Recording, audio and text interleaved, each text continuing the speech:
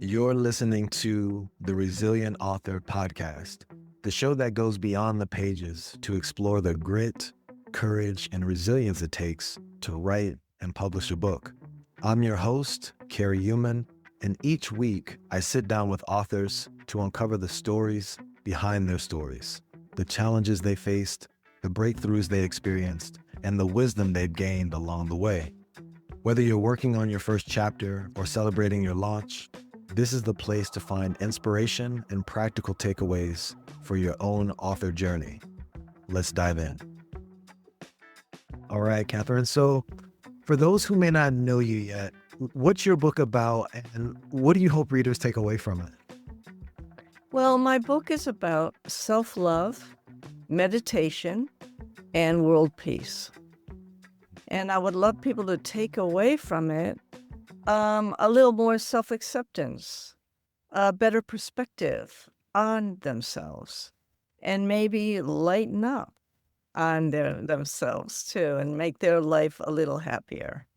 Mm. We're definitely going to dive into each of those pillars of your book.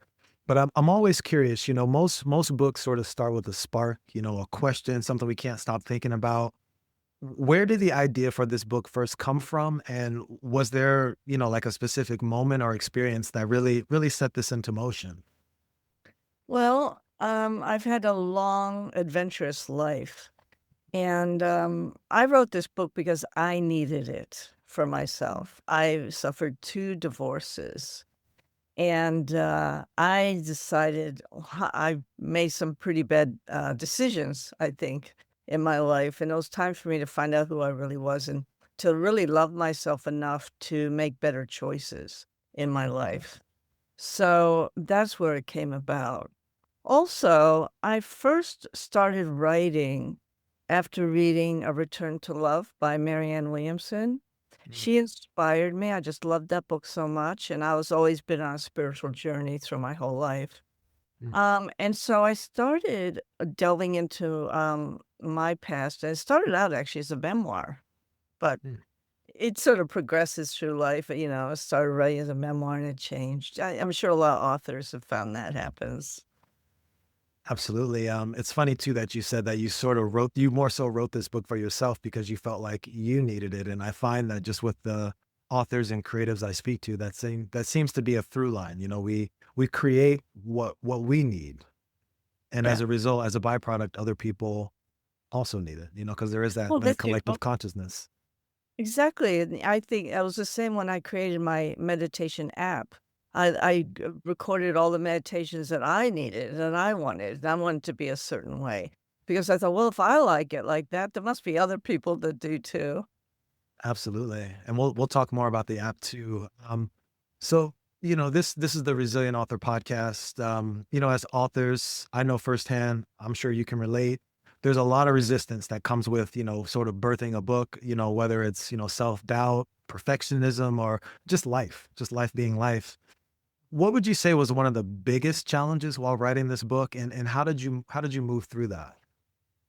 Oh my gosh, you are so right about all of that. It's so true. You are like, giving birth to a book, but sometimes it takes more than 9 months, you know? I mean, it took me A lot years. more sometimes. Oh, years. Honestly, I would start it and pick it up, and then life would get in the way, then I'd pick it up again, life it wasn't until I was, completely on my own, empty nester, no husband, no kids around, I thought, "I gotta get this done," you know? And I was, at the time, a health educator at Kaiser Permanente in San Francisco, and I was teaching a lot of classes there in the evenings. For different, reasons, doctors would send them to my health education classes, so I would cure insomnia, I would look at medical weight management, people who are obese and had to lose weight for operations, and I taught anxiety classes, mindfulness-based stress reduction. Being a meditation teacher, I was able to help a lot of people, but I found that there was this one underlying commonality with all those classes was the lack of self-love. Mm, Because when you love something, you take care of it, and these people were not they didn't know how to take care of themselves.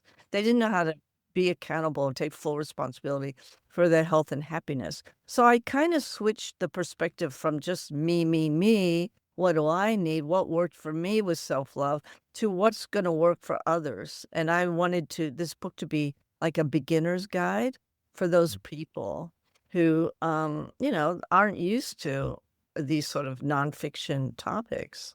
Mm. So, Catherine, you hit on something that my wife and I talk about often. The concept of self love. It sounds so simple, but as you mentioned, so many people struggle with it. In your experience, why is self love so difficult for most of us to truly get behind? Well, it is difficult. It's a lifelong process. I don't think you ever get there anyway, but it's chipping away at it.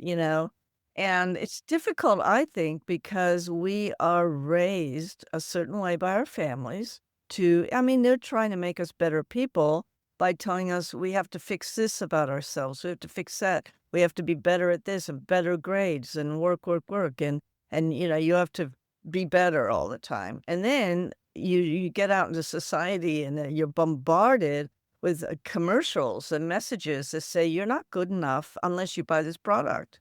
You're not attractive unless, and then of course we have the whole fashion industry and models telling us you have to be a certain weight and you have to be this, and then you have to buy a car or you're not going to be judged if you don't have a BMW or whatever it is. And it's constant messages from all around us telling us we're not good enough the way we are.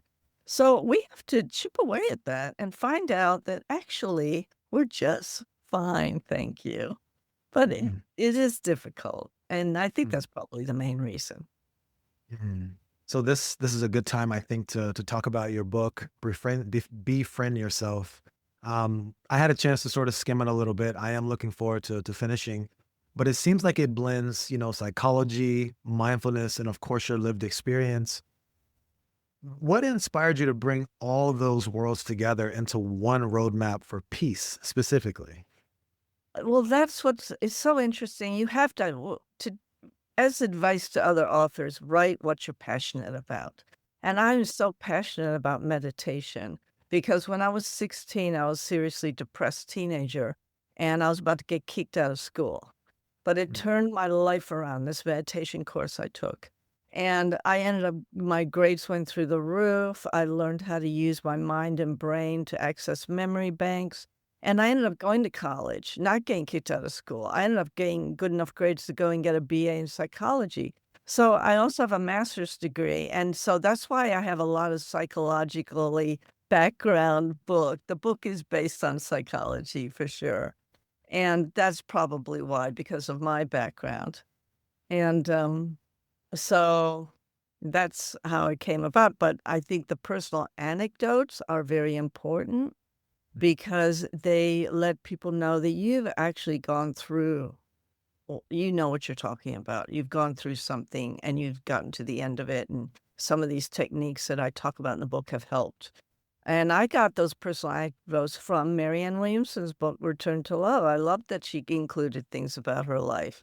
It made it relevant. It made it accessible. So I really wanted to share, and it was hard. I think it's the scariest thing I've ever done is to publish a book because I really did put my heart and soul into it. And I described some things that 30 years ago, I never would have written in writing or even told anyone about. I put in that book. mm, And the peace part, well, that's a subtitle, The Self-Love Path to Peace. It was that meditation experience of mine that I first experienced real peace. mm, Meditation will give you that palpable peace. You feel peace in your body, rippling through the cells of your body. You feel incredible inner peace from meditation.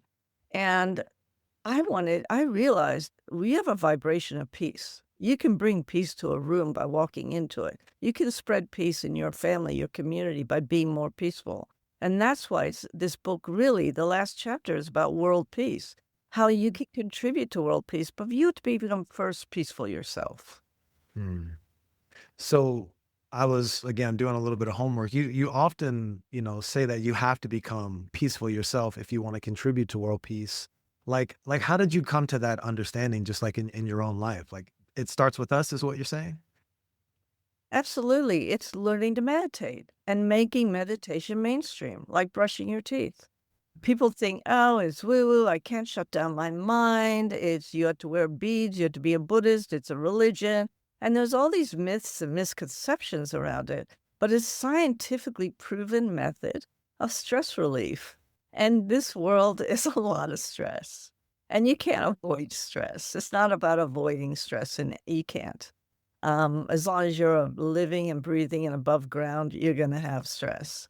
So you can learn to manage it, and meditation is the number one way to do it. And there are so many ways to meditate. There's just not one way. There are a lot of paths up the mountain, which I discuss in the book, and you find one that works for you.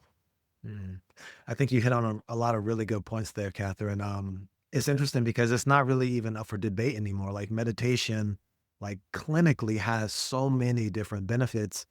I know so many people in my life. I hear people say, I can't meditate. I'm too busy. I can't get my thoughts to stop. Like, how do you help someone who feels like they don't have time to meditate or like meditation just isn't for them? There's no way they could do it. They tried it. How do you talk to those people? Well, it's so funny because when you do start to meditate, you find out you got more time. You're more efficient. Your brain is like ready to focus on stuff, whereas we're so busy multitasking and trying to get a million things done at once now. And in this digital age of texting back and liking and constantly clicky, clicky, clicky, stopping all that for 5 minutes in the morning and 5 minutes at night will make such a huge difference to your brain and to your life. So what was the question again? I got distracted. No worries. For people who say they don't have time to Uh, meditate, they can't stop well, their thoughts. How do you get them oh, okay. involved? Well, basically, you cannot shut down your brain. As long as you're alive, you're gonna get thoughts. So, it's not about that. Even what we do is when we close our eyes, we actually are shutting out 95% stimulation to the brain. So right there, your brain is getting a chance to reset and refocus just by closing your eyes. There's nothing weird about it. And, so it's kinda like unplugging a computer for 5 minutes, letting it reboot. So that's all we're doing with meditation. And then there are different ways to do it. You can do it with a guided meditation, and that's what my specialty is I record guided meditations. That's what worked for me the most. And where a voice leads you to physical relaxation, where you go down the body and we relax different parts of the body. You learn to do that yourself. And then you calm your emotions, and then you feel, like your thoughts. You become aware of those thoughts, but the thoughts are kind of like you're detached from them. I get people to see your thoughts coming in and out like clouds in the sky. They're over there. So it's not like you're shutting down your thoughts, but your eyes are closed and you can suddenly detach from them and go, wow, why am I still thinking about that? Or, okay, that's not so important right now. And then you build up this awareness of not paying attention to them. You let them come and go, kind of like a cloud, but you don't dive into the story because we're so used to following every single thought that pops into our brain. And like they call it monkey mind because you jump from branch of thought to branch of thought like a crazy monkey. And your brain does that. This was for. It's what your mind's for. It's to associate this with this with this with this. I mean, right now you might be looking at my earring going, oh, I know someone has an earring like that. I wonder if she's going to be at Thanksgiving. Oh, I wonder if what am I going to wear that day? Do I have to bring turkey? Before you know it, you went from my earring to thinking about turkey. I mean, and that was in 2 seconds. That's monkey mind. So what you're doing is when you meditate, those thoughts are over there and you realize they're just thoughts. They're not a big deal. You don't have to pay attention. And don't believe everything you think. Because a lot of these thoughts, we don't even know where we got them from. They could be like harsh, critical, judgment thoughts from your family that pop in, all these beliefs that are deep seated in your subconscious brain pops up. like, there's a lot of crap in there. You don't wanna go down some of these neighborhoods, you know? Yeah, there Your there is a lot of brain can crap in be a there. scary place. Very scary. Absolutely. I'm curious in your experience, do you feel like the word meditation, do you find yourself using the word meditation versus, let's say, stress reduction for different types of people? Or do you feel like, I guess what I'm asking is that I found that there's some people who say I'll never meditate, but if you present it as stress reduction, they seem more receptive. Have you experienced anything like that? Oh, absolutely, 100%. It's how you approach it's so important. I teach a lot of corporate meditation classes. The HR department have given a wellness budget, and they don't know what to Mhm. do with it. So they go, "Oh, here's a meditation. Let's go give them a power nap?" So all these executives are, like, snoozing off in my class, but they think, "Oh, stress reduction," so it's cool, but they do get to feel that peace. And some of them really keep on doing it. They really love it, and some of them are like, just fall asleep and have a nap, which is fine. I don't That was care. the best nap I've ever had. Yeah, That's they funny. just needed it, they're sleep deprived, they needed it. People fall asleep in my classes all the time, I don't care. But whatever you call it, it doesn't really matter as long as you can experience it and choose for yourself how it makes you feel, how it helps your life. I call it also, I wrote an article for Yoga International, the difference between mindfulness and meditation. Mm, Because I had a lot of students say, "What's the difference between mindfulness and meditation?" It was getting confusing for a while.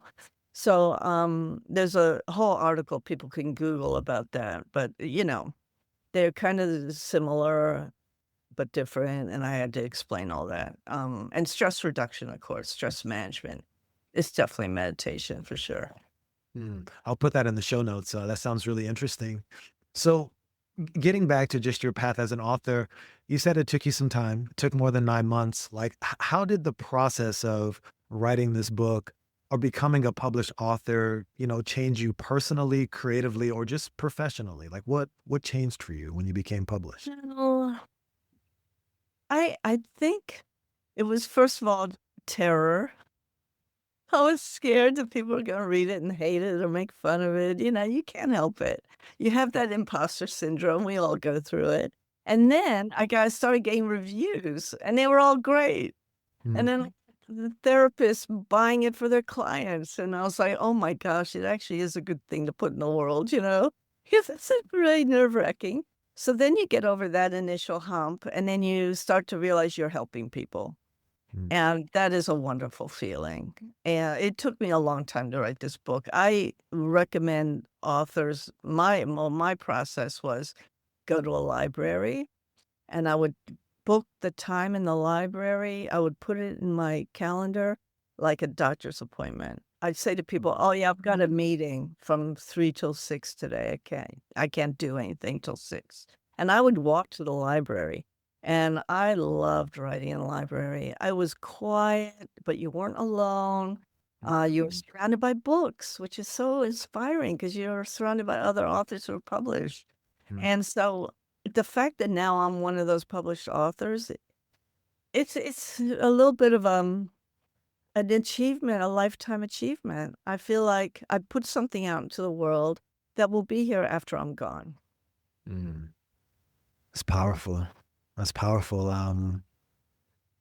Every author, Catherine, has a different journey when it comes to publishing. Whether it's traditional, some do hybrid, some decide to self-publish. Which path did you decide to take, and what was the most challenging, or I would say rewarding part of just getting your book to your readers' hands? Well, I did the hybrid with Balboa Press. Mhm, I bought a book publishing package that included editing and marketing and stuff like that. But the marketing was not that great. On their part, it's very limited. It made me pay extra for PR, which was really not very good. I wouldn't recommend that. So Balboa Press, quite frankly, I wouldn't recommend it, but, they were great because I got it done. I put it in someone else's hands, so I couldn't procrastinate. They were calling me up saying, "What are we gonna do about this? What are we gonna do about that?" So, I would say do whatever you do, there's so many options now for people. But I bought this Balboa Press package years ago. And like I said, I was writing all sorts of things, but, I never actually got it done until, a couple of years ago. Anyway, Mm, yeah, so Balboa Press, hybrid, it was good. It got the job done. mhm. But, there's a lot to do after it's published. There's a lot of marketing and stuff. Yeah, that's just the beginning. Really, it's like a business card. Honestly, it hasn't changed my life that much. It's really like a business card. Absolutely. Yeah. A nicer business card, but yeah, absolutely. Opens up the doors for different conversations, maybe. It's good. I can put the word author next to my name, Yeah, and that's kinda cool, I it mean. is cool. Mm. So, Catherine, as you know, this is the Resilient Author podcast. Resilience, shows up differently for all of us. Sometimes it's discipline. For some people, it's faith, and for me, it's always been community. What does community? What does community? But what does resilience look like for you these days? Oh, every day there's a challenge, it seems, Mm, The universe is throwing stuff at me all the time because I'm always growing and expanding, mm, and resilience is staying positive and trying to get your perspective expanded mm. beyond and make even the biggest thing, that some people would crumble over. If you get a higher perspective, it can look like doable. You can get over it. And so I think it's one day at a time, baby steps. And when you get down, reach out for help. A lot of people think they have to do everything on their own. They have to write their book on their own. They have to do everything. But you know what? It doesn't hurt to reach out and ask for help when you need it. Absolutely. Yeah, asking for help is it's important. It's a lost art for some people, but yeah, it's really important to ask for help. Yeah, I heard a good quote actually this morning. What was it? It was like, asking for help is not giving up. That's good. So, yeah, yeah. It's what was it? I wrote it down. Well, as is refusing to give up. Asking for help is refusing to give up. Mm. I like that. You write down quotes when you come across them. You too. Nice. Yeah, I do. I do that too. I kind of have a bunch of random stuff over. Yeah. Appreciate that. So Catherine, a lot of the listeners are, sitting on a story. They've opened up a couple documents, maybe they've typed a couple chapters, but the book's not done. Some people haven't started yet. What would you say to someone who feels called to write, but just isn't sure they're ready or just can't seem to get that momentum? What would you say to them? I would say to them not to worry about it because I was the same for a while, and sometimes you have to let it incubate. Sometimes it's the book is waiting for you to have another experience. 'Cause you learn from every single whether it's a failure, you call it whatever you want. I don't believe in failures, I believe in lessons. So, I have a feeling that you need to progress before the book can progress. Sometimes you need to put yourself into a challenging position. And another thing is if you have writer's block, again, the library is a great place to be if you have writer's block because you're not only surrounded by all those other authors on the shelves, but you can go to your topic at the library and just read up on what other people wrote about your topic. I used to do that. I used to go, people, because when I first started telling people I'm writing a book about self love, they were, oh no, really? They were very negative. They were like, "What are you doing that for? There's so many books about self-love out there." I mean, people believe me, don't tell anyone you're doing it because 'cause you're not gonna always get good news. And I thought, "Is there? I didn't know there were that many books about it." So I started looking. There's hardly any books about self-love, actually. So when I was in writer's block, I would take out some of these self-love so-called books, and I'd look at them and I'd read them. I thought, "Wow, I've got original ideas." This book isn't the be all end all of self-love. I've got Mm, stuff to say, man. And I would put my own spin on whatever they would and sometimes they were very clinical, mm, and mine's more heart-based. So, I think people need if they get stuck, they need to believe in themselves. They need to believe in their message and, get excited, get passionate about it again. mm. I love that. So before we close, Catherine, I'd love to know what you're up to now. What are you working on? What's coming next? Any new books? Any retreats? Any projects? What are you excited about now? Oh my gosh, I got so many projects. I moved to Los Angeles, and Oh, and since I've been in LA, I've been approached for turning the book into a documentary and that sort of thing. So I've got that going on. mm, And I'm also on Insight Timer as a teacher. Insight Timer is the number one free meditation app in the world. There's it's a 30 great million, app. yeah, 30 million people that have that app. And Oh, they said to me, they said, "Oh, do you want to put one of your retreats up on our site? Because we're just going to start promoting retreats." And I've already had quite a few retreats. This will be my sixth one. So I said, "Okay, great." So we found this amazing place in Costa Rica. It's a purpose built for retreats. It's beautiful in the mountains. And so we're having a wonderful retreat after Christmas.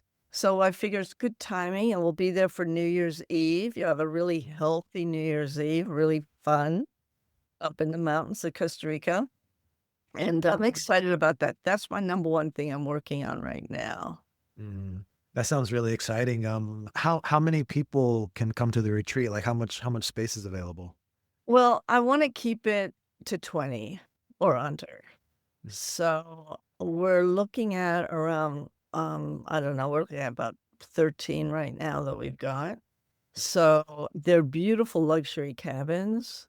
mm, And I would love to get a few more late stragglers who are interested in art because we're going to be doing art. I have this amazing art coach coming every day. She's going to be getting you into creative expression and learning what's deep in your soul coming out on this beautiful art, we're going to do every mm, day. It's amazing. And then, of course, we do a little yoga, do a little meditation, we do hiking, waterfalls, cacao ceremony. And I have the number one musician, sound healer in Costa Rica coming for a sound bath. oh wow, Yeah, it's gonna be that so, sounds amazing. and Wow, it's yeah. amazing. It's for people who are giving, giving, giving all year. They just give to other people, and this is why it's a self-love retreat, because honestly, don't you deserve 1 week just to yourself?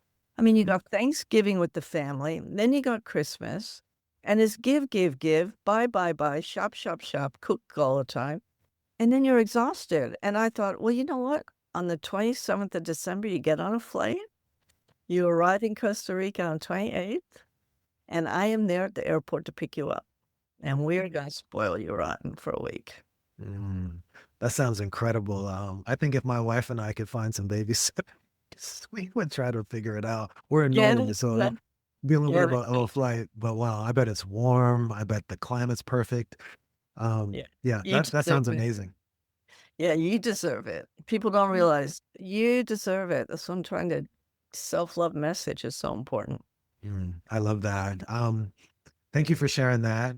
So I would love to invite you to what I call the lightning round. It's just 5 questions. Just speak from your heart.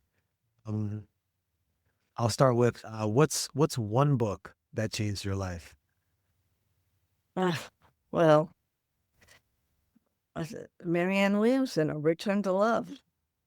I had a So feeling you were gonna say. here's fun. Good information. I'm sure there's others. I mean, okay.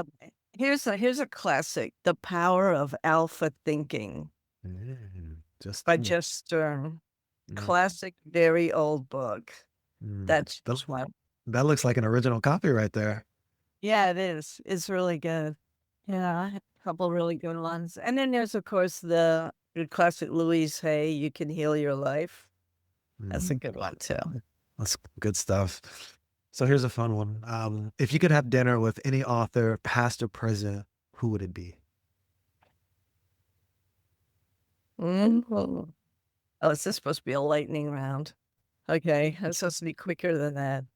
Um, I think Elizabeth, Eat, Pray, Love, Elizabeth Mm, Gilbert, mm, because she wrote my book. I basically, when I read Eat, Pray, Love, I thought, damn, she wrote my memoir. I'm mad. mm. So I would love to meet her. Yeah, that was a great movie. I didn't read the book, but great movie. When it comes to getting ideas out, are you more of a writer or a talker? Ooh, I'm both because I take notes when people are talking. I love to take notes. I love to write. That's how I get things into my brain is through writing. But also I like to speak too. You know, I'm a teacher, so I have to speak. Mm, hybrid. Love it. All right. Finish this sentence. Writing my book taught me to. Keep going. Mm, Taught me to not give up. mm. In one word, what does resilience mean to you?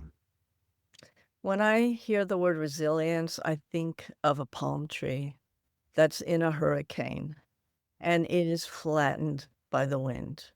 And as soon as the storm goes by, the palm tree comes right back up again. Mm, I love that visual. Mm. So, Kathryn, if you could, I'm going to bring you into the final chapter. If you could leave one piece of advice or encouragement with our listeners today, something they'll carry, long after this episode, what would it be? To lighten up, Mm, to lighten up on yourself. And if you lighten up on yourself, give yourself a break with that inner voice that can be so harsh and critical. Switch it over to a loving cheerleader voice, even. And lightening up on yourself, you'll start to lighten up on everyone else around you and the world. So, less judgment for yourself means less judgment for everyone around you. And let more love and light into your life. Lighten mm, the heck up, people. mm. I'm going to take that in. I'm just going to take a deep breath if I can. I needed to hear. Good, good. This has truly been a pleasure. I really appreciate you sharing a piece of your journey. Before we wrap up, where can people find your book and follow your journey? Well, the book is on Amazon or Barnes and Noble. And yes, the Befriend Yourself. I'll put it up there. That's me on one of my retreats in Costa Rica. They took a picture of me. Yeah, the original cover it was terrible that the publisher did. It looked like a romance novel. It was terrible. So I Oh, said, no. just put this up. I don't care. It's fine. Excellent. And also, Kathryn, your retreat, if people are interested in that, where can they find more information? Well, the Self-Love Art Retreat has a website called lightenupreetreat.com. And everything is there for you to find out all the details and book a connection call and meet myself and Priscilla and find out if it's the right fit for you or not. That sounds great. Well, thank you again for being here. And yeah, maybe in a couple of months, we can circle back and see how things are going for you.